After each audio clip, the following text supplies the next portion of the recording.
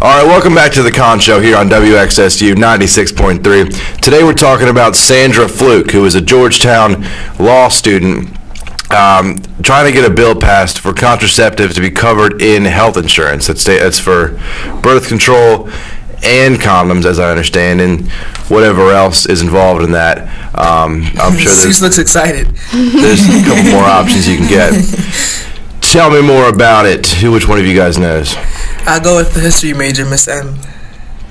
Emily. Pretty much covered it. Like, she is a law student at Georgetown, and what's going on is that since they're a Christian-affiliated university, they don't provide contraceptives for their students through the insurance program. They have to pay out of pocket. Yeah, a lot of the students are on that because they're students.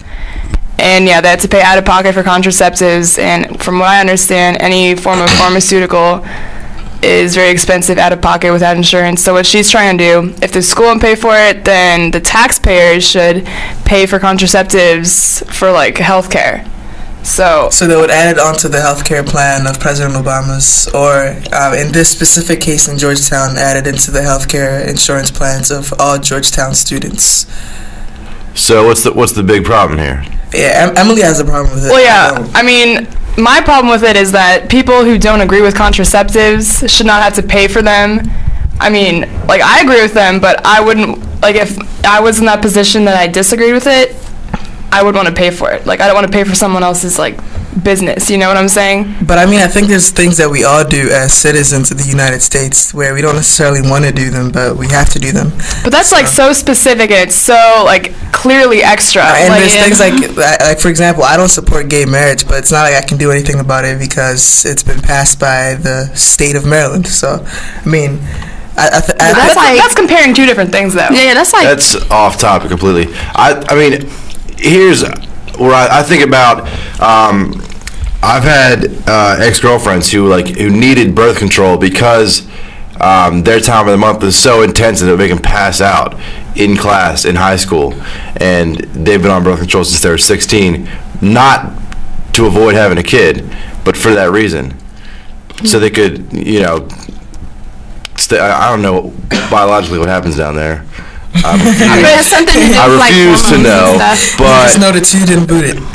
Okay, never mind. What the God? Why do we bring you on here every day? We waited for you to show up today. You're gonna go ahead and say stupid like that.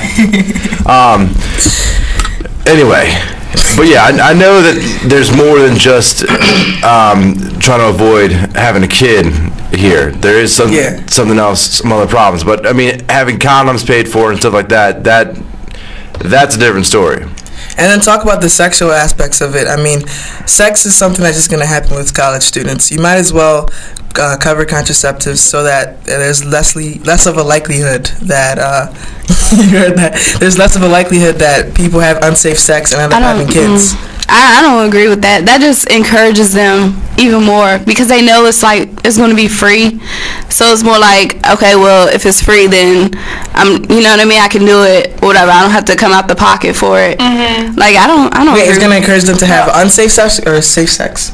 Safe sex, but it's gonna promote the activity even more. Like, people are gonna have more sex just because it's free. Right. Man, it's not gonna make a difference. I don't think it's gonna change anything. I think that sluts are gonna be sluts and religious people are gonna be religious people.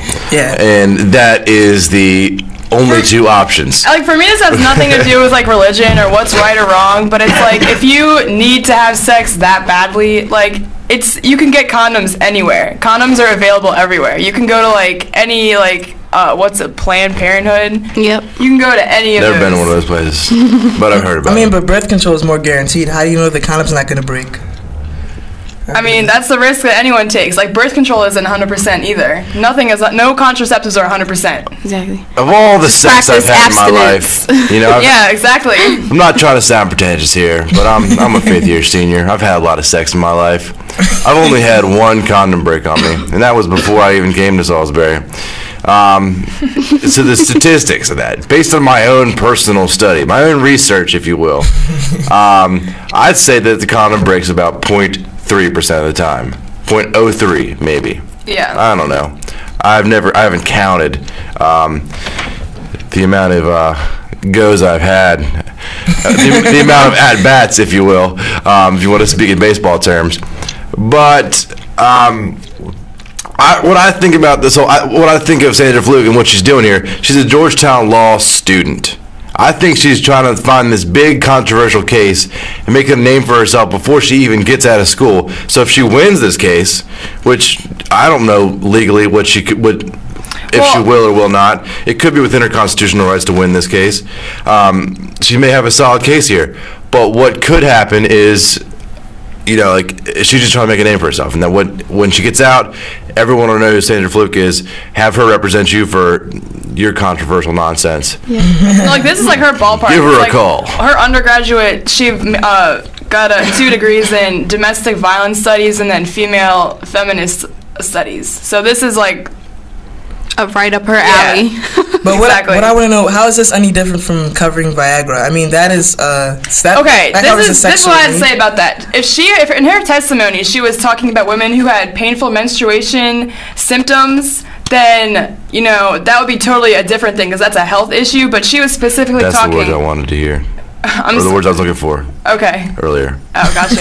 Right. Like, what? No, she was talking that multiple women had complained about these like health issues and they needed to go on birth control to help. What B-Love was saying, like the hormone problems. That's one thing. But she was talking specifically about people are just worried about having unprotected sex and worried about getting pregnant. And, like, that's what her testimony was. If she had a different argument for other health reasons, like specified, that would be different. Yeah. And I think more people could sympathize, this is a woman's problem, so we will support them. But no, it's just about sex. And a lot of people it's a touchy issue with a lot of people, especially people who are very religious. Mm-hmm. Okay, but I mean, all right, even though she didn't use that argument, let's use that argument right now. What's the difference between Viagra and birth control and condoms? I mean, Viagra helps increase the performance of males. Well, actually, that's not. I know women that have gone on Viagra because it's like it helps. It's something with your blood pressure or something like that. No, but I'm saying it's not just for And what Garrett just said, birth control is for supporting females' menstrual issues. Right. Those are all facts. Painful menstruation. That was not in her testimony. Sounds like a metal band. At all.